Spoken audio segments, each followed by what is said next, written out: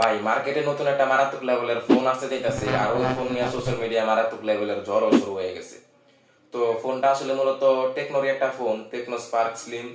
তো নামটা আসলে তো বুঝতেই পারতাছেন, ফোনটা আসলে কাগজের মতো পাতলা হয়ে যেতেছে যেহেতু স্লিম। আর টেকনো ক্লেম করতেছে ওদের এই ফোনটা নাকি একটা কলমের চেয়েও অনেক বেশি পাতলা হতে যেতেছে। মারাত্মক একটা বিষয় হলো ফোনের স্ক্রিনে হইতাছে 6.78 ইঞ্চ অ্যামোলেড ডিসপ্লে, মানে ভাই বুঝতেই তো পারতাছেন কত বিশাল একটা ডিসপ্লে।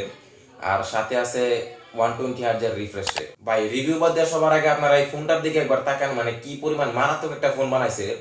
মানে ফোনের রিয়ার যে ক্যামেরাটা আছে, পিছনের যে ক্যামেরাটা, আমার মনে হয় ক্যামেরার ভিতর ডিসপ্লে টাইপ কিছু দিয়ে দিছে, মানে ক্যামেরার ভিতর সাদা কালারের বাতি জ্বলতেছে। আর ফোনটা যেই পরিমাণ পাতলা ভাই, আমার মনে হয় না ভাই আমার জীবনে এর চেয়ে পাতলা ফোন আমি দেখছি।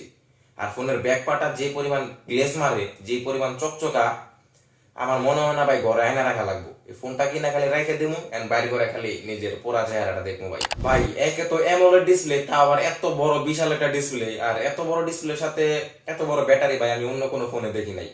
আর টেকনো যেই কম্বিনেশনটা করছে ভাই, মানে ডিসপ্লের সাথে ব্যাটারির যে কম্বিনেশনটা ভাই মারাত্মক একটা কম্বিনেশন। এই ফোনের ব্যাটারি হইতাছে 5200 মিলি অ্যাম্পিয়ারের এক বিশাল ব্যাটারি, আর সাথে আছে 45 ওয়াটের ফাস্ট চার্জিং সুবিধা। এই ফোনের সর্বোচ্চ ব্রাইটনেস থাকতেছে 1700 নিট। আর এই ফোনটা হলো 12 জিবি র্যাম, 256 জিবি স্টোরেজ। আর আরেকটা ভেরিয়েন্ট আছে যেটা 8 জিবি র্যাম, 128 জিবি স্টোরেজ। এই ফোনের রিয়ার ক্যামেরা, মানে পিছনের যে ক্যামেরা দুইটা আছে দুটোটাই 50 মেগাপিক্সেলের, আর ফ্রন্ট ক্যামেরা হইতাছে 13 মেগাপিক্সেলের। ফোনের কালার ভেরিয়েন্ট হলো দুইটা, একটা হলো হোয়াইট কালার আর আরেকটা হলো সিলভার কালারের ভিতরে একটা কালার। একটা বিষয় হলো এই ফোনটা কিন্তু অফিসিয়াল ভাবে কোনো মার্কেটে লঞ্চ হয় নাই, বাট খুব শীঘ্রই লঞ্চ হবে।